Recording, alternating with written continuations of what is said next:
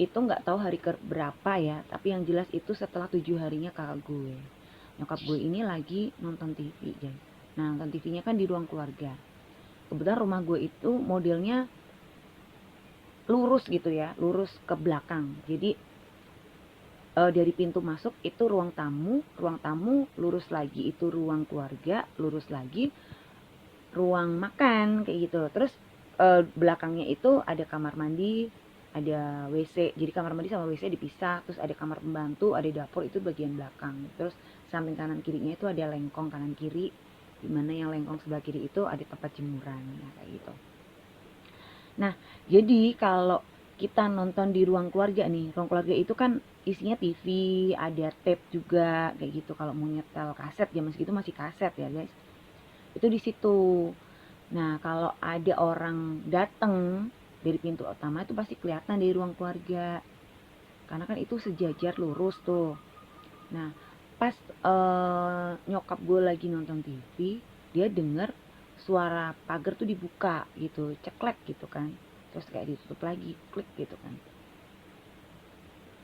Nyokap gue kan mikir siapa nih gitu. Cuman ya nyokap gue nggak beranjak sih, masih tetap sambil nonton TV. Terus dia ngeliat tuh pintu utama itu kebuka, guys. Kayak ada orang ngebuka, bener-bener kebuka, guys. Cuman itu pintu tuh udah ditutup loh sama nyokap. Terus habis ngebuka sedikit, terus pintu itu nutup lagi, guys. Terus diliatin aja sama nyokap kan. Dan terus pintu kamarnya kakak gue nih, almarhum ya, almarhumah, itu ngebuka. Ngebuka sampai ya beberapa detik lah. Terus tutup lagi.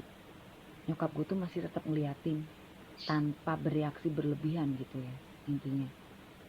Nah, terus dia tuh ngikutin tuh, kayak dia ngerasa ya mungkin ya entah yang dirasain nyokap gue apa gue nggak ngerti, tapi yang jelas tuh dia ngikutin gitu, ngikutin. Mungkin dia ngeliat ada kayak sosok bayangan kali ya, gue juga nggak begitu ngerti karena nyokap gue nggak cerita detail. Intinya dia cuma ngomong dia ngikutin, dan dia juga udah menduga-duga jangan-jangan habis ini yang ngebuka pintu lemari makan. Dan ternyata emang bener, guys, itu pintu lemari makan yang kebuka, kebuka terus ketutup lagi, ceklek. Dan itu sampai 3 hari, jadi 3 malam berturut-turut tuh seperti itu, selalu kejadian seperti itu. Dan kebetulan nyokap gue itu pasti mergokin gitu loh, guys. Terus nyokap gue mikir, apa jangan-jangan si Rista pulang ya gitu. Akhirnya sama nyokap gue selalu disediakan makan di lemari makan, guys. Kalau dulu kan ya udahlah, maksudnya makanan pokoknya ditaruh di lemari makan gitu. Jadi kalau yang mau ngambil ambil. Nah, kalau yang udah malam pulangnya ya kadang suka nggak kebagian gitu, atau mungkin kebagian ya dikit gitulah. Ya kadang-kadang sama nyokap tuh disuruh disisain gitu, jangan dihabisin semua lauknya gitu ke anak-anaknya kan, biar yang pulangnya malam itu masih kebagian. Nah, karena nyokap gue ngelihat setiap malam seperti itu ngebuka lemari lemari makan gitu. Dan emang setelah kakak gue nggak ada ini emang sering tuh makanan tuh habis, guys, karena kan udah dimakan sama kakak kakak gue yang lain, terutama yang cowok-cowok tuh kan makannya banyak, jadi nggak disisa-sisain lagi gitu. Karena kan ya dianggapnya kan kakak gue udah nggak ada kan, udah nggak balik ke rumah, udah meninggal, nggak butuh makan kayak gitu, jadi pasti waktu udah dihabisin. Nah, karena nyokap gue ngeliat kayak gitu, akhirnya sejak saat itu tuh disisain sama nyokap. Jadi dikasih emang satu piring itu udah sama nasinya sama lauknya, jadi ditata. Terus nyokap gue itu pesen sama kakak gue yang lain. Cuman kalau ke gue enggak gitu, karena gue masih kecil dan nyokap gue ngerti gue nggak pernah makan lewat dari jam 7 malam kayak gitu saat itu. Terus dibilangin ini jangan ditakutik ya gitu. Ya udah pada nurut. Nah, itu sampai kira-kira mungkin semingguan lah, guys, kejadiannya seperti itu. Selalu setiap jam, setelah jam 9 malam pasti itu kedengar pintu pagar ngebuka terus kayak ditutup lagi. Terus pintu utama kayak ngebuka terus ditutup lagi. Terus kayak pintu kamarnya kakak gue almarhumah ini juga sampai ke lemari makan kayak gitu. Nah terus entah hari keberapa ya, itu ada salah satu tetangga gue. Sebenarnya tetangga gue ini rumahnya agak jauh guys dari rumah gue ya, karena beda gang. Tapi kebetulan kenal gitu, karena saat itu bokap gue jadi RW di lingkungan rumah gue guys. Jadi emang banyak orang yang ya kenal lah sama bokap kayak gitu. Nah kebetulan tetangga gue ini mbah-mbah guys, perempuan gitu, jadi nenek-nenek, dan dia itu bisa lah gitu kayak indigo gitu. Dia tuh nggak tahu dia habis dari mana dia ngelewatin rumah gue. Itu masih sekitar jam ya habis isak lah gitu, jadi mungkin jam-jam 7 jam 8-an. Ternyata dia ngelihat almarhum kakak gue itu lagi duduk di teras rumah gue.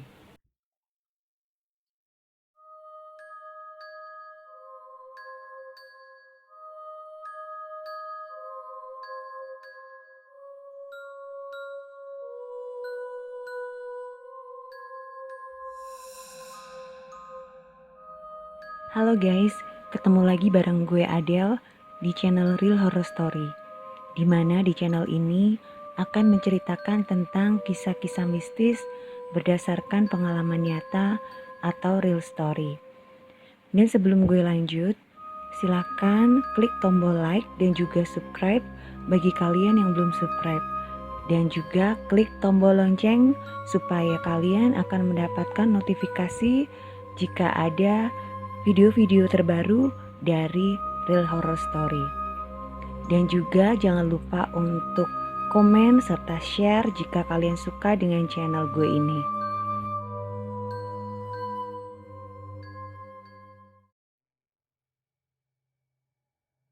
Nah guys, kali ini gue bakalan ceritain sebuah kisah nyata yang pernah terjadi dalam keluarga gue.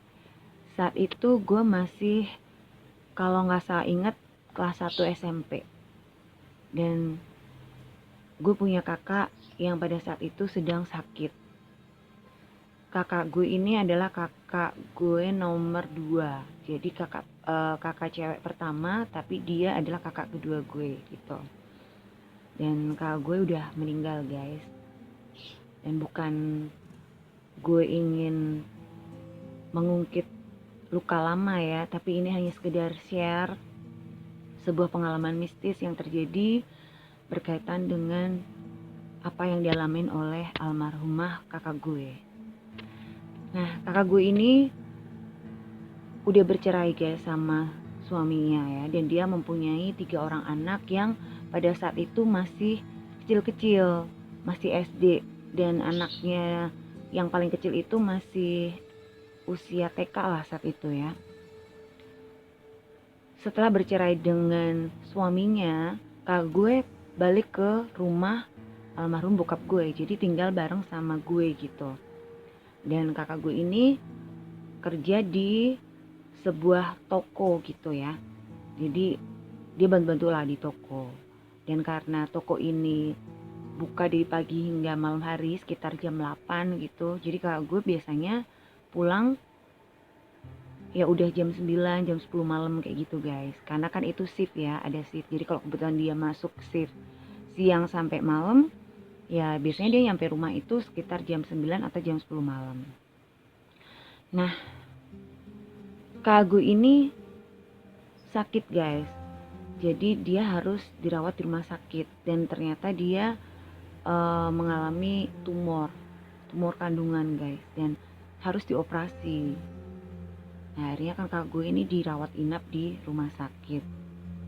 Sempet nih saat dia dirawat inap, dia itu melarikan diri guys. Nih kakak gue ini emang agak nyentrik orangnya gitu loh. Jadi emang dia itu tipenya tuh pemberani banget. Terus lucu juga kadang-kadang gitu kan. Ini tuh dia bisa-bisanya itu kabur loh dari rumah sakit. Dan orang rumah sakit tuh sampai nggak ngerti dia bisa keluar dari rumah sakit. Tahu-tahu tuh dia pulang aja ke rumah. Dan saat itu bokap gue kaget dong pas ngelihat, loh kok kakak gue ada di rumah. Terus ditanya kan, loh kok kamu pulang sih gitu. Terus dia kakak gue, bosen di rumah sakit itu, kayak takut. Nah dia kan dimarahin tuh sama bokap gue kan, dan dianterin balik nih ke rumah sakit kayak gitu. Dan gue juga kadang-kadang nemenin kakak gue itu di rumah sakit. Ya ini sebut aja nama kakak gue Rista gitu ya, gue samarin dah namanya. Jadi kadang-kadang kita gantian gitu ya, adik-adiknya kadang-kadang nungguin. Cuman gue emang nggak pernah nunggu yang semalaman sih di rumah sakit. Biasanya kalau yang nunggu semalaman itu bokap gue. Nah biasanya gue tuh pulang sekolah gitu, gue mampir ke rumah sakit, gue nemenin. Ntar kalau udah sore sekitar jam 5 gitu atau menjelang maghrib gitu gue balik gitu kan. Nah akhirnya tiba waktunya kak gue ini dioperasi gitu. Jadi hari H-nya tuh udah deket gitu ya. Kak gue dioperasi dan dia sudah dioperasi, dan operasinya itu alhamdulillahnya jalan dengan lancar lah, nggak ada hambatan apapun. Dan akhirnya kak gue ini setelah berada di ICU, karena habis operasi kan otomatis dia masih di ICU ya karena belum sadar. Dan setelah dia sadar, dia dipindahkan ke ruangan nih. Jadi itu kayak bangsal, cuman dia sendirian, dia di kamar gitu. Jadi masih kayak apa sih ya, kayak ruang perawatan gitu. Jadi di bawahnya ICU gitu, cuman belum dipindah ke kamar yang pasien biasa. Di bangsal biasa tuh belum, dia masih di situ. Jadi masih apa sih, kayak dipantau intensif, cuman nggak seintensif kalau di ICU kayak gitu loh guys. Nah kak gue ini udah sadar guys saat itu gitu. Terus gue kan lagi nengokin gitu ya, ngebesuk kakak gue gitu, nemenin gue pulang sekolah di situ. Kakak gue ini udah sadar. Terus dia tuh bilang gini guys, Dek, kan kalau gue itu di rumah panggilannya adek ya, jadi dia manggil gue Dek gitu. Dek, kamu punya uang nggak? Kata dia gitu. Terus gue jawab kan, enggak mbak, udah habis tadi buat jajan di sekolah. Mau nggak aku kasih uang? Kata dia gitu. Terus gue bilang, emang mbak punya uang? Terus kakak gue jawab gini, ada tuh, coba lihat itu di tasnya Mbak Rista, kata dia gitu. Coba kamu cari, di situ ada dompet kan, ambil coba dompetnya. Ya udah, karena kakak gue ngomong kayak gitu, gue cari tuh tasnya, dan kebetulan tasnya itu ditaruh di bawah guys. Jadi di lantai deket ada kayak lemari kecil gitu ya, lemari rumah sakit. Nah tasnya si kakak gue ini taruh di bawahnya. Terus ya udahlah, gue cari kan dompetnya. Terus gue mau kasih nih ke kakak gue. Terus dia malah ngomong, buka aja tuh dompetnya, tinggal berapa duitnya. Nah gue kalau nggak salah ingat itu duit tinggal saat itu ya nggak nyampe 10.000 lah intinya gitu. Terus dia bilang, ini mbak uangnya gitu kan, gue tunjukin. Terus kak gue bilang gini, ya udah ambil aja sama dompetnya sekalian. Kamu nggak dompetnya kan bisa, kalau kamu nggak suka ya bisa buat mainan kamu lah, buat pasaran itu kalau anak kecil guys. Kalau di Jawa ya, kalau anak kecil suka main rumah-rumahan tuh kayak gitu. Nah itu istilahnya itu pasaran gitu, jadi kayak mainan gitulah. Kadang kayak kita main kayak belanja-belanjaan, nah kayak gitu. Intinya kak gue tuh nyuruh gue ambil duitnya sedompet-dompetnya guys. Terus gue kan agak heran gitu, kok sama dompet-dompetnya sekalian dikasih gitu kan. Nah terus ntar Mbak Rista kalau naruh uang gimana dong gitu kan. Terus dia bilang, enggak, aku udah nggak butuh dompetnya, kata dia gitu guys. Ya udah kan, akhirnya namanya anak kecil ya, dikasih duit seneng dong. Sampai sekarang juga pasti kalau kita dikasih duit pasti seneng juga kan, ya enggak. Nah akhirnya gue ambil lah itu dompetnya, gue simpan. Nah karena udah sore dan bokap gue itu udah ngajakin balik, akhirnya gue pamitan nih sama kakak gue. Gue bilang, mbak aku pulang dulu ya gitu, soalnya kan mau ngerjain PR. Ya udah, belajar yang rajin gitu, biar jadi anak pintar. Terus udah gue balik sambil gue bawa tadi dompet sama duit yang dikasih sama kakak gue itu. Nah, malam harinya gue itu ngimpi guys. Gue ngimpi gue lagi mainan sama seorang anak kecil ya sepantaran gue, cuman dia lebih mudaan dari gue gitu. Jadi kalau saat itu umur gue mungkin sekitar 13 tahun ya, kan kelas 1 SMP berarti 13 tahun atau 14 tahun tuh. Kayaknya sih ini anak masih umur-umur 8 atau 9 ya, antara 8 sampai 10 tahun lah gitu. Jadi dia emang lebih mudaan gitu. Dan kita lagi main nih. Dan suasananya itu kayak di rumah sakit gitu loh. Jadi di belakang rumah sakit tuh jadi ada kayak taman ya, kayak taman gitu. Itu banyak pohon-pohon di situ. Nah, rumah sakit tempat kakak gue ini dirawat emang bener di situ juga ada taman.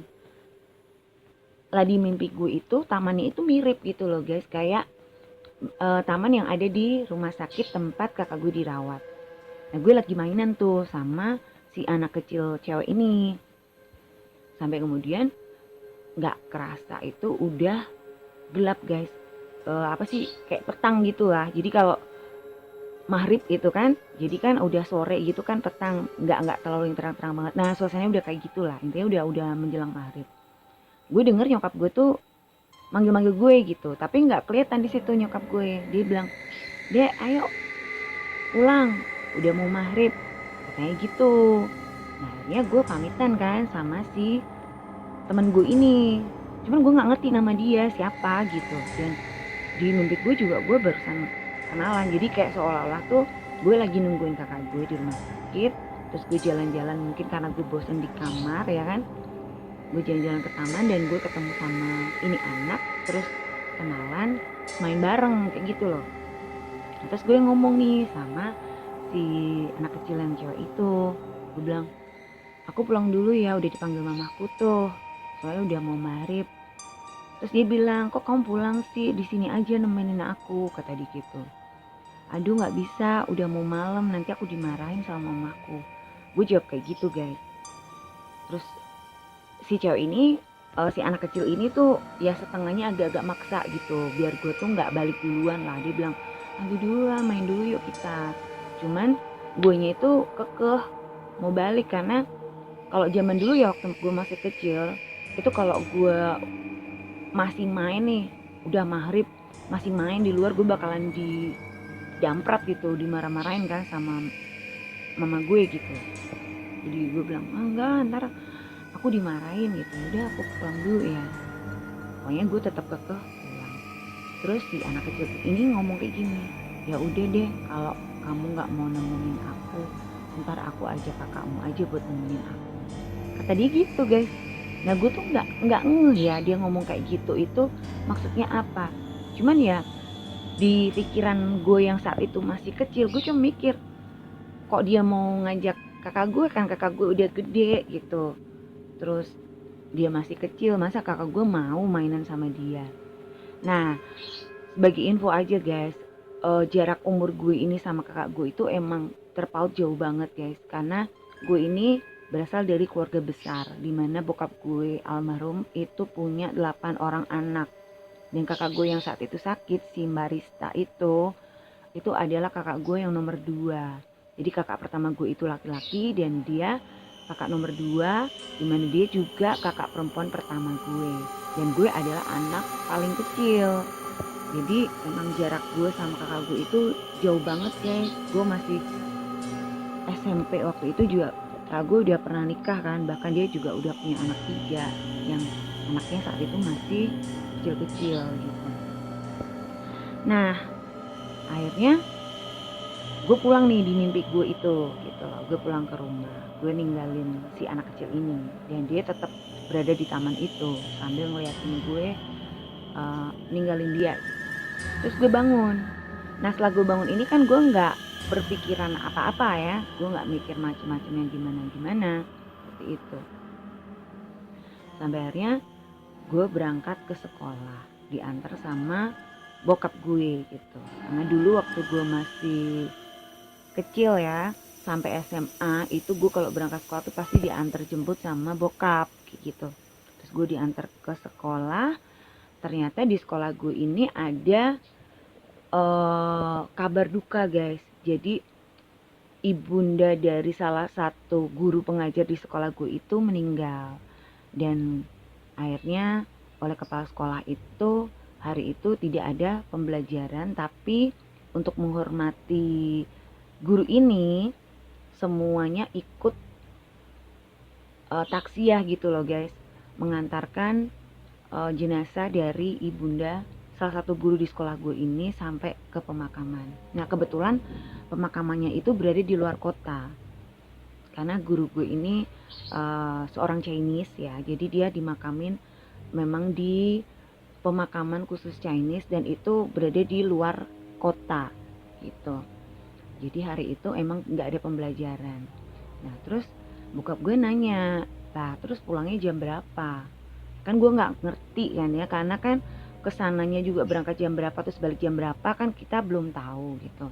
Nah saat itu belum belum musim HP juga guys, masih cuman telepon rumah gitu. Kebetulan bokap gue itu lagi ada urusan gitulah, urusan kerjaan.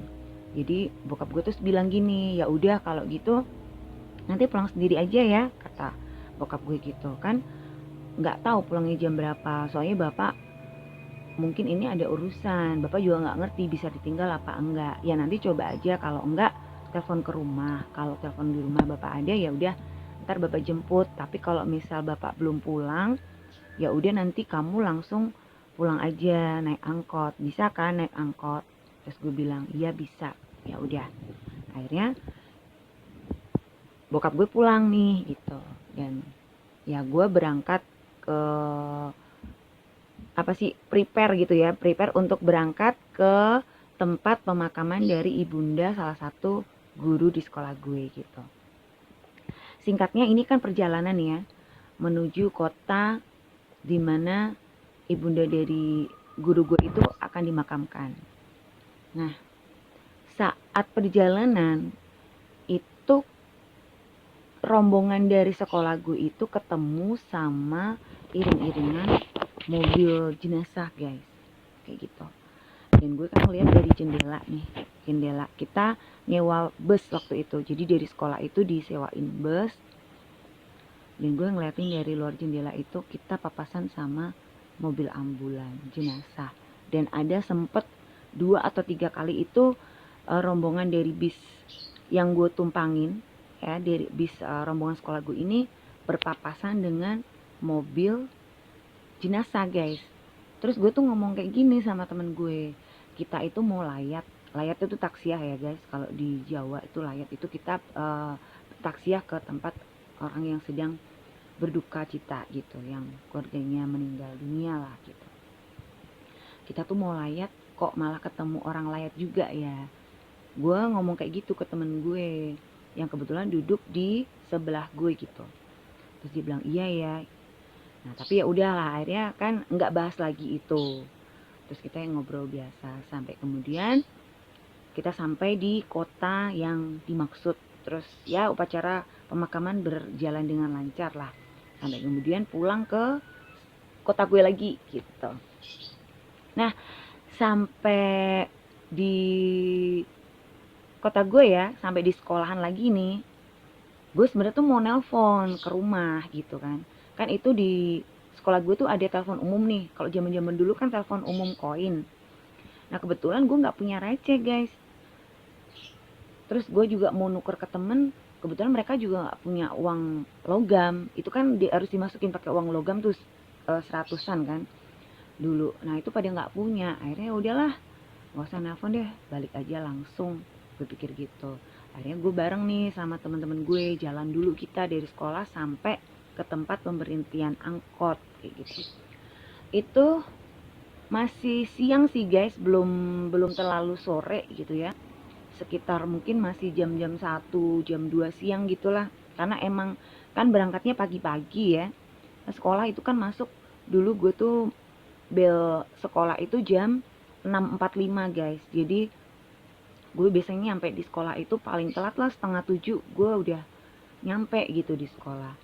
Dan rombongan dari sekolah gue itu berangkat ke kota tempat pemakaman ibundanya salah satu guru gue itu ya sekitar jam 8-an lah, jam 8 pagi gitu. Makanya pas balik lagi ke kota gue ke sekolah ini itu masih siang, nggak terlalu kesorean gitu. Nah terus gue naik angkot pulang ke rumah kan, udah nyampe nih sampai di rumah. Tapi angkotnya ini berhentinya tuh di depan jalan raya gitu. Jadi kayak kalau dari jalan raya itu gue harus jalan kaki dulu lumayan jauh, atau kalau enggak, kalau gue nggak pingin capek ya gue naik beca gitu. Itu jaraknya ya sekitar 1 kilometer adalah kalau mau ke rumah gue gitu, karena itu dari jalan raya itu kan banyak gang-gang gitu kan. Nah gue jadinya harus jalan kaki, cuman karena emang duit gue nggak cukup buat naik beca saat itu, karena udah habis uang sakunya buat jajan kan sama naik angkot tuh, akhirnya gue jalan kaki menuju rumah gue. Sampai di depan gang rumah gue gitu, gue tuh ngeliat ada teratak guys. Kok ada teratak kayak gitu kan, siapa yang punya kerja, padahal perasaan tadi pagi kan belum waktu gue berangkat gitu kan. Terus ya udah gue jalan kan masuk ke gang gue gitu. Terus gue lihat kok banyak kursi-kursi, dan gue lihat kursi-kursi sofa di rumah gue tuh dikeluarin gitu loh. Terus pagar itu ada pagar kan, pagarnya tuh juga dicopot gitu, dilepas terus ditaruh di depan rumah. Jadi di rumah depan rumah gue gitu. Jadi di rumah tetangga gue gitulah intinya. Ditaruh di situ kursi-kursinya yang di ruang tamu rumah gue itu juga ditaruh di situ guys. Gue masih nggak ngeh nih, ya karena memang gue masih kecil ya, jadi belum apa sih istilahnya, nggak terlalu ngeh banget gitu lah ya, masih blow on lah karena masih anak kecil kan, masih kelas 1 SMP kok. Gue mikir kok kursi-kursinya dikeluarin semua, pagar-pagarnya juga dicopot gitu, jadi biar lebar gitu pagarnya tuh dilepas dulu gitu loh guys, karena kan rumah gue ada pagarnya tuh dulu. Terus gue lihat nih di ruang tamu tuh ada meja dimana ada kayak orang ditidurin di situ, tapi ditutup pakai kain gitu, kain jarik tahu kan, kain kebaya tuh. Nah itu tuh pakai itu. Gue tuh masih bener-bener blank guys, gue ngerti itu jenazah ya, gue ngerti, tapi gue ngerti itu siapa. Bahkan gue sempet mikir, kok ada orang meninggal di situ, siapa ya, apa mungkin tetangga dititipin ke rumah. Gue tuh sempat mikir kayak gitu, karena ya namanya anak kecil gimana sih, gue nggak ngerti gitu. Sampai kemudian ada tetangga gue nyamperin, terus gue langsung kayak digandeng gitu loh, sabar ya sabar ya. Gue kan bingung kan, sabar apaan, kenapa harus sabar gitu, gue masih ngeblank bener tuh, nggak ngerti gitu. Terus gue mau masuk itu kayak ditahan guys, nggak boleh gitu. Sampai kemudian gue cuman berhenti di teras rumah gue. Kebetulan teras rumah gue kan ada kayak apa sih, tembok yang dibikin kayak bangku gitu. Nah gue di situ gue naruh tas gue kan masih bawa tas sekolah tuh. Terus kakak gue yang cowok, jadi ini kakak gue yang nomor 3, kakak cowok gue nomor 3 itu nyamperin gue. Terus dia tahu-tahu meluk gue sambil nangis dan ngomong kalau si Mbak Rista kakak gue ini meninggal guys. Dan saat itu gue tuh bener-bener gak bisa nangis, gue cuman diem bengong gitu, gue nggak ngerti gitu. Jadi masa sih, kan kemarin barusan ngobrol sama gue gitu kan, gue masih sempat ke rumah sakit, masih sempat nemenin dia bahkan sampai mau sore gitu loh. Bahkan dia juga ngasih gue duit kan, sedompet-dompetnya dikasihin ke gue, kok tiba-tiba nggak ada, kan dia kan nggak kenapa-kenapa gitu loh. Maksudnya dia juga udah habis operasi ya kan, habis operasinya juga udah berjalan lancar, dia juga udah sadar, udah nggak di ICU, udah dipindah ke ruang perawatan kayak gitu kan, dan dia tuh baik-baik aja gitu loh guys. Masa tiba-tiba nggak ada sih, gue masih ya nggak percaya gitu. Terus gue lihat juga ada anak-anaknya kalau gue ini pada nangis gitu, cuman yang paling kecil itu nggak nangis karena kayak dia masih nggak ngeh gitu. Itu kan masih TK tuh yang paling kecil anaknya. Yang nangis tuh yang nomor 1 sama nomor 2 karena mereka udah SD guys saat itu.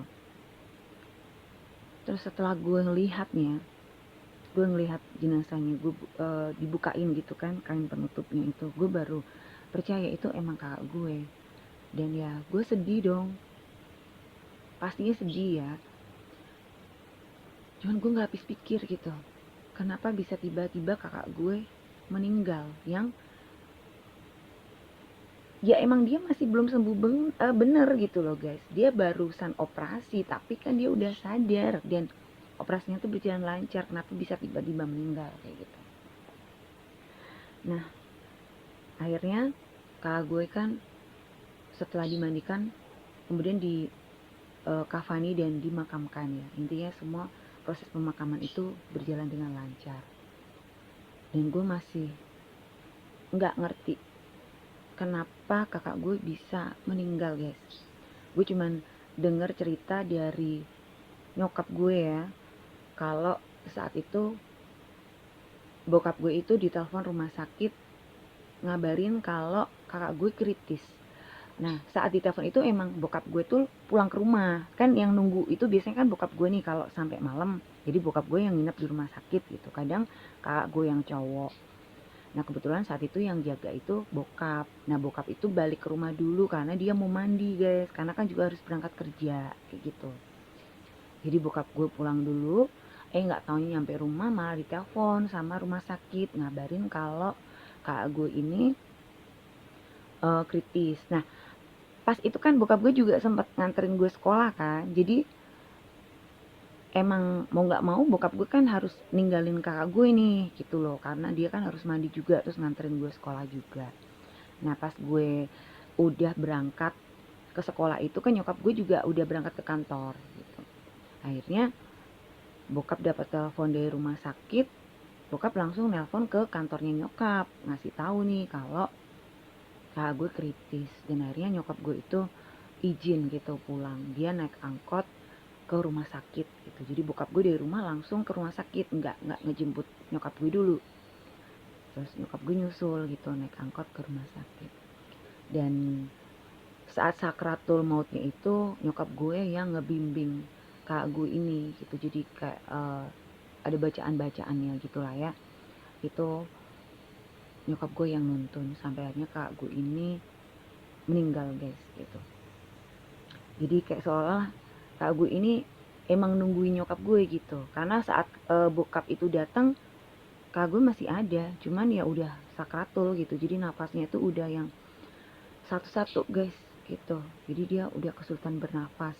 Dan kalau kata kakak gue nih, kakak gue yang nomor 2 itu kan kebetulan dia bekerja di rumah sakit, dia jadi dokter anestesi gitu ya. Itu sebenarnya kakak gue tuh udah dikasih bantuan oksigen guys, cuman kenapa itu kayak oksigen itu nggak mempan buat dia gitu, padahal itu udah dipolin ya istilahnya, udah oksigennya tuh udah paling kencang gitu ya. Ini kakak gue tetap gak bisa nafas guys, tetap kesulitan bernafas kayak gitu. Nah begitu nyokap gue datang terus dituntun sama nyokap gue, dia masih bisa ngucapin gitu kan kalimat syahadat kayak gitulah ya. Dan akhirnya kakak gue ini meninggal. Nah setelah proses pemakaman selesai kan ada tahlilan gitu ya, ada tahlil malam itu. Dan gue nggak ngerti kenapa semua kaca di rumah gue itu ditutup sama bokap, jadi ditutup kain guys. Itu kita nggak boleh ngaca. Gue nggak ngerti maksudnya apa ya, karena bokap gue itu dulu kan juga pengikut aliran kejawen gitu. Gue nggak paham maksudnya juga, tapi yang jelas itu semua kaca itu ditutup. Kebetulan di lemarinya nyokap gue tuh yang di kamar itu kan ada kacanya gede, jadi kaca riasnya itu nyambung sama lemarinya gitu loh guys. Itu juga ditutup kain. Nah waktu itu gue nggak ngerti, gue mau ngaca gitu, terus langsung di dicegah sama bokap gitu, jangan ngaca dulu paling nggak sampai 3 hari kata dia gitu. Nah terus gue bilang, nah emang kenapa sih pak gitu, ya udah pokoknya kayak gitu. Nah Ya udahlah, akhirnya ya gue nurut aja gitu kan, gue nggak ngaca. Sorenya ya, itu sore yang jam-jam berapa ya, jam 6 lah, mungkin jam 6 setengah 7 petang ya. Itu tiba-tiba kakak gue yang nomor 7 itu teriak-teriak di kamar. Nah, kakak gue yang meninggal ini, si Mbak Rista, itu emang paling deket sama kakak gue yang nomor 7, jadi adiknya gitu. Dan memang yang kelihatan terpukul banget itu kakak gue yang nomor 7 ini, karena kan dia yang paling deket nih. Itu nangis terus kan, dari siang itu nangis terus lah, sampai intinya dia tuh nggak bisa keluar dari kamar karena sempet beberapa kali pingsan kayak gitu guys.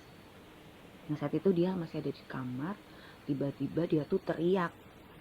Lah kan pada panik kan, itu masih tahlilan kan itu. Ada panik. Terus bokap gue kan lari ke kamar. Jadi ninggalin yang tahlilan. Yang tahlilan masih tahlilan gitu. Itu ternyata kakak gue posisinya kejang guys. Itu matanya, ya jadi uh, bola matanya warna hitam itu udah naik ke atas.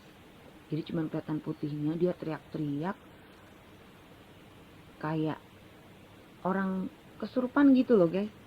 Itu badannya ngejang dan dipegangin sama beberapa ibu-ibu yang waktu, jadi kayak tetangga gue yang kebetulan bantuin lah ya, bantuin di rumah kan. Pasti kalau namanya kalian gitu kan juga mereka nyiapin kayak masakan gitulah buat yang tahlil gitu ya, kayak gitu. Itu lagi dipegangin.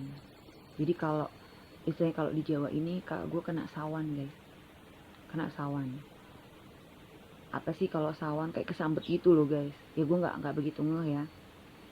Terus singkatnya, ada salah satu tangga gue yang kebetulan dia juga kayak apa sih, yang spiritualnya juga tinggi gitu. Terus dibacain doa-doa sambil tangannya kak gue ini dipegang sama si ibu itu. Terus kak gue ini tenang gitu. Terus juga sempet mukanya itu dibasuh pakai air yang udah dibacain doa. Terus disuruh minum. Akhirnya kak gue bisa tenang dan dia tuh nangis kayak. Terus dia sadar, dia nangis. Terus dibilang suruh ikhlasin, suruh ngiklasin. Terus dia sempat bilang, aku mau diajak katanya gitu.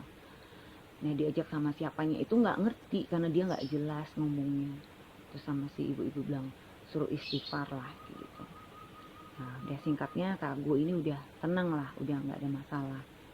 Dan proses tahlilan juga berjalan dengan lancar. Itu sampai 7 harian lah ya, 7 harian. Dan nggak ada kejadian yang terlalu gimana-gimana juga lah selama 7 hari tahlil itu, sampai 7 harinya kakak gue. Nah setelah 7 harinya menjelang 40 hari gitu, ini cerita dari nyokap gue, jadi nyokap gue yang cerita. Kak gue si Mbak Rista ini kan biasanya kalau pulang ke rumah itu emang sekitar jam 9 atau jam 10 malam kan guys, karena kalau dia shift sore ya, karena dia kan kerjanya ini di toko kan, tokonya tutupnya jam 8 dan dia kerja shift. Kalau dia masuk siang berarti kan dia pulangnya kelarnya itu kan jam 8 nih. Terus dia pulang ke rumah karena dia naik angkot, nyampe rumah ya sekitar jam 9 atau paling telat ya jam 10 malam gitu. Itu emang rutinitas dia. Dan biasanya kalau dia pulang itu ya, dia buka pagar depan, terus buka pintu utama gitu, karena biasanya kalau udah lewat jam 8 itu kan pintu udah ditutup. Dia buka, terus dia ke kamar. Nah kamarnya dia itu kan ada di depan, paling depan. Dia bisa masuk ke kamar, biasanya dia naruh tasnya dulu lah atau ganti baju dulu. Terus habis dari kamar dia pasti keluar ke kamar mandi buat cuci tangan, cuci kaki lah. Habis itu dia langsung ke ruang makan. Nah di ruang makan itu kan ada lemari makan nih. Dulu keluarga gue tuh punya kayak lemari dari jati, itu khusus untuk nyimpen makanan-makanan guys gitu. Jadi nasi itu juga di situ. Dulu belum ada magic chair ya guys, jadi masih pakai kayak centing gitu, tahu kan centing, tempat nasi tapi Kalau keluarga gue bukan yang dari bambu ya, jadi dari kayak bahan aluminium tuh, nah kayak gitu, taruh di situ. Nah biasanya kalau kak gue habis cuci tangan cuci kaki, terus dia langsung buka lemari makan, terus ngambil makan, dia makan. Nah kalau udah selesai makan baru nanti dia mandi guys, terus tidur. Itu ritualnya dia kalau dia pulang kerja yang shift malam. Nah saat itu nggak tahu hari ke berapa ya, tapi yang jelas itu setelah 7 harinya kakak gue. Nyokap gue ini lagi nonton TV guys. Nah nonton TV-nya kan di ruang keluarga. Kebetulan rumah gue itu modelnya lurus gitu ya, lurus ke belakang. Jadi dari pintu masuk itu ruang tamu lurus lagi itu ruang keluarga, lurus lagi ruang makan kayak gitu. Terus belakangnya itu ada kamar mandi, ada WC. Jadi kamar mandi sama WC dipisah, terus ada kamar pembantu, ada dapur itu bagian belakang. Terus samping kanan kirinya itu ada lengkong kanan kiri, dimana yang lengkong sebelah kiri itu ada tempat jemuran, nah, kayak gitu. Nah, jadi kalau kita nonton di ruang keluarga nih, ruang keluarga itu kan isinya TV, ada tape juga kayak gitu. Kalau mau nyetel kaset zaman segitu masih kaset ya guys. Itu di situ. Nah, kalau ada orang datang dari pintu utama itu pasti kelihatan dari ruang keluarga. Karena kan itu sejajar lurus tuh. Nah, pas nyokap gue lagi nonton TV, dia denger suara pagar tuh dibuka gitu, ceklek gitu kan. Terus kayak ditutup lagi, klik gitu kan. Nyokap gue kan mikir siapa nih gitu. Cuman ya nyokap gue nggak beranjak sih, masih tetap sambil nonton TV. Terus dia ngeliat tuh pintu utama itu kebuka guys, kayak ada orang ngebuka, bener-bener kebuka guys. Cuman itu pintu tuh udah ditutup loh sama nyokap. Terus habis ngebuka sedikit, terus pintu itu nutup lagi guys.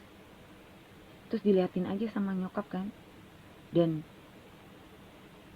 terus pintu kamarnya kakak gue nih, almarhum ya, almarhumah, itu ngebuka sampai ya beberapa detik lah, terus tutup lagi.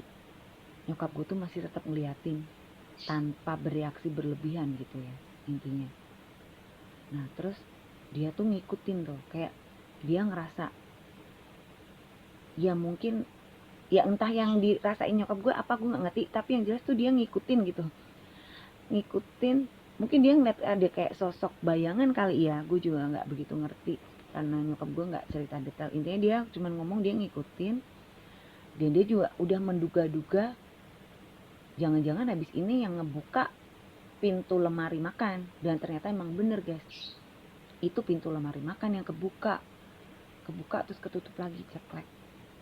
Dan itu sampai 3 hari, jadi 3 malam berturut-turut tuh seperti itu, selalu kejadian seperti itu. Dan kebetulan nyokap gue itu pasti mergokin gitu loh guys. Terus nyokap gue mikir, apa jangan-jangan si Rista pulang ya gitu. Akhirnya sama nyokap gue selalu disediakan makan di lemari makan guys. Kalau dulu kan ya udahlah, maksudnya makanan pokoknya ditaruh di lemari makan gitu. Jadi kalau yang mau ngambil ambil. Nah kalau yang udah malam pulangnya ya kadang suka nggak kebagian gitu, atau mungkin kebagian ya dikit gitulah. Ya kadang-kadang sama nyokap tuh disuruh disisain gitu, jangan dihabisin semua lauknya gitu ke anak-anaknya kan, biar yang pulangnya malam itu masih kebagian. Nah karena nyokap gue ngelihat setiap malam seperti itu ngebuka lemari lemari makan gitu. Dan emang setelah kakak gue nggak ada ini emang sering tuh makanan tuh habis guys, karena kan udah dimakan sama kakak kakak gue yang lain, terutama yang cowok-cowok tuh kan makannya banyak, jadi nggak disisa-sisain lagi gitu. Karena kan ya dianggapnya kan kakak gue udah nggak ada kan, udah nggak balik ke rumah, udah meninggal, nggak butuh makan kayak gitu, jadi pasti waktu udah dihabisin gitu. Nah karena nyokap gue ngeliat kayak gitu, akhirnya sejak saat itu tuh disisain sama nyokap. Jadi dikasih emang satu piring itu udah sama nasinya sama lauknya, jadi ditata. Terus nyokap gue itu pesen sama kakak gue yang lain. Cuman kalau ke gue enggak gitu, karena gue masih kecil dan nyokap gue ngerti gue nggak pernah makan lewat dari jam 7 malam kayak gitu saat itu. Terus dibilangin ini jangan ditakutik ya gitu. Ya udah pada nurut. Nah itu sampai kira-kira mungkin semingguan lah guys, kejadiannya seperti itu. Selalu setiap jam, setelah jam 9 malam pasti itu kedengar pintu pagar ngebuka, terus kayak ditutup lagi, terus pintu utama kayak ngebuka terus ditutup lagi, terus kayak pintu kamarnya kakak gue almarhumah ini juga sampai ke lemari makan kayak gitu. Nah terus entah hari keberapa ya, itu ada salah satu tetangga gue. Sebenarnya tetangga gue ini rumahnya agak jauh guys dari rumah gue ya, karena beda gang, tapi kebetulan kenal gitu karena saat itu bokap gue jadi RW di lingkungan rumah gue guys. Jadi emang banyak orang yang ya kenal lah sama bokap kayak gitu. Nah kebetulan tetangga gue ini mbah-mbah guys, perempuan gitu, jadi nenek-nenek, dan dia itu bisa lah gitu kayak indigo gitu. Dia tuh nggak tahu dia habis dari mana dia ngelewatin rumah gue. Itu masih sekitar jam ya habis isak lah gitu, jadi mungkin jam-jam 7 jam 8-an. Ternyata dia ngelihat almarhum kakak gue itu lagi duduk di teras rumah gue. Jadi di teras rumah gue itu ada bangku dari kayu, bangku panjang. Biasanya kita itu suka duduk-duduk di situ, jadi kayak bokap gue juga. Kalau nyokap nggak pernah sih, biasanya kita duduk-duduk situ ngobrol atau mungkin main gitar kayak gitulah intinya. Nah tetangga gue ini ngelihat kakak gue duduk di situ sambil nangis. Ini cerita dari tetangga gue itu, karena tetangga gue itu akhirnya ngadu gitu loh ke nyokap, diceritain ke nyokap. Jadi gue juga dengernya dari nyokap. Terus dia bilang gini, loh Rista, kok kue ning kono nduk, kue ngopo ning kono. Jadi si mbak ini nanya, loh Rista kamu kenapa di situ, kamu ngapain, kok nangis. Terus dibilang gini, nduk alamu wis beda, kowe sing ikhlas, ojo balik-balik terus, wis kono kowe balik ning nggone omahmu wis rak ning kene, duniamu wis beda, kowe sing tenang, sing ikhlas, ojo koyok ngene. Digituin guys. Jadi intinya si mbak ini bilang sama kakak gue kalau dunianya tuh udah berbeda. Jadi kakak gue disuruh ikhlas menerima kematiannya seperti itu, dan disuruh pulang ke alamnya intinya gitu loh. Jangan nangis, jangan diberatin apa yang masih tertinggal di dunia, intinya seperti itu loh. Nah terus, dan ternyata nih ya si mbah ini udah ngelihat kakak gue itu selalu nangis duduk di bangku itu tuh udah selama beberapa hari guys itu. Tapi akhirnya yang di suatu hari itu si mbah itu ngomong gitu loh sama sosok yang menyerupai kakak gue ini kayak gitu. Nah setelah diomongin kayak gitu kan hilang nih, dan akhirnya si mbak ini cerita ke nyokap gitu pas ketemu gitu ya, ceritain. Dan akhirnya cerita itu diceritakan lagi ke om gue. Nah om gue ini kan memang praktisi supranatural gitu ya, jadi bukan dukun ya guys, cuman dia tuh emang sosok kesepuhan gitu ya, aliran kejawen. Nah akhirnya mama gue itu konsultasi ke om kayak gitu loh, diceritain ini gimana kok ada sosok yang menyerupai almarhumah kakak gue ini masih pulang ke rumah dan masih kayak melakukan ritual yang biasa dilakukan kalau dia pulang kerja dulu pas dia masih hidup. Terus ada tetangga juga kok yang lihat kakak gue ini duduk di teras sambil nangis kayak gitu. Terus akhirnya om gue ini kayak ya semedi itu meditasi guys, kayak doa gitu kan. Terus dia bilang sama nyokap gue disuruh nyari kayak apa sih, kayak tunas pisang gitu guys, ada 3. Jadi disuruh cari 3 tunas pisang, terus disuruh ditanam di makamnya kak gue. Ini makamnya kan masih berupa tanah ya, jadi belum dikasih nisan, jadi kan masih bisa digali gitu. Terus nyokap gue kan bingung gitu, kok disuruh nanam tunas 8 nanti nggak tumbuh gitu loh. Terus om gue bilang nggak mungkin tumbuh itu tunasnya gitu, nanti tunasnya itu suruh bawa dulu ke rumah om gitu, jadi mau dibacain doa lah, ada rapalannya kayak gitu, nggak bakalan tumbuh. Itu cuman sebagai simbolis apa sih, kayak perwujudan 3 anaknya kakak gue gitu loh. Jadi intinya gini, jadi kalau menurut penjelasannya om ya, karena itu juga gue dapat cerita kan dari nyokap ya, intinya yang gue tangkep dari cerita nyokap, karena satu gue masih kecil jadi gue nggak langsung denger cerita dari mulut om gue ya. Itu 3 tunas itu sebagai gantinya 3 anaknya kakak gue. Jadi kenapa kakak gue itu kayak masih gentayangan gitu ya, masih nggak, belum tenang, itu karena dia memang kepikiran anaknya guys. Kan anaknya masih kecil-kecil tuh, ada 3. Dan pas dia sebelum meninggal itu emang dia belum sempat ketemu sama anaknya, karena anak-anaknya itu setelah cerai sama suaminya itu ikut mantan suaminya. Jadi dulu kan Kak Agu ini nggak kerja guys, pas zaman masih jadi istrinya mantan suaminya itu Kak Agu nggak kerja, jadi yang kerja itu yang laki. Nah mereka bercerai karena si mantan suami ini punya perempuan lain, jadi nikah lagi gitu loh guys, ketahuan sama kakak gue, dan kakak gue akhirnya mengajukan gugatan kan, akhirnya mereka bercerai. Nah karena dianggap kakak gue ini nggak punya penghasilan, akhirnya hak asuh ketiga anaknya jatuh ke mantan suaminya, jadi anak-anaknya itu tinggal bareng sama mantan suaminya kayak gitu loh. Tapi emang ya si anak-anaknya ini sering lah ketemu sama ibunya, kadang diantar gitu kan ke rumah atau mungkin dijemput sekolah, jadi uh, tetap masih bisa komunikasi lah. Cuman saat kakak gue ini sakit, emang anak-anaknya tuh belum sempat ke rumah sakit guys kayak gitu, karena kan mereka masih kecil-kecil juga, jadi mungkin nggak boleh masuk ya ke rumah sakit karena masih SD gitu. Jadi waktu sebelum ibunya meninggal ini emang belum sempat ketemu guys, jadi tahu-tahu mereka ngertinya tuh ibunya udah nggak ada kayak gitu. Nya itu ternyata yang jadi beban pikirannya kak gue gitu loh guys, itu yang nyebabin dia tuh kayak setengahnya belum ikhlas gitu menerima kematiannya.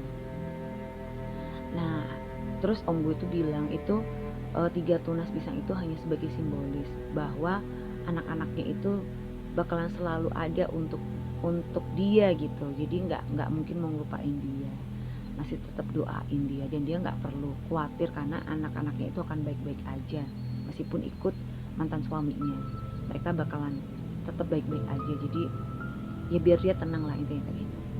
Nah akhirnya nyokap gue bilang sama bokap dan bener-bener dilaksanakan apa yang disuruh oleh om gue, jadi ditanam 3 tunas itu. Dan alhamdulillahnya memang setelah ditanam 3 tunas pisang itu kakak gue nggak pernah datang-datang lagi guys ke rumah, jadi udah nggak ada kejadian yang kayak pagar ngebuka, pintu ngebuka, lemari makan kebuka, itu udah nggak ada lagi. Bahkan nggak ada lagi cerita dari tetangga yang melihat sosok yang menyerupai kakak gue ini duduk di teras. Nah apakah yang dilihat tetangga gue dan yang dilihat sama nyokap gue bener-bener arwah dari almarhumah kakak gue juga nggak tahu. Apakah itu korinnya juga gue nggak tahu ya. Intinya akhirnya kakak gue ya udah tenang lah gitu.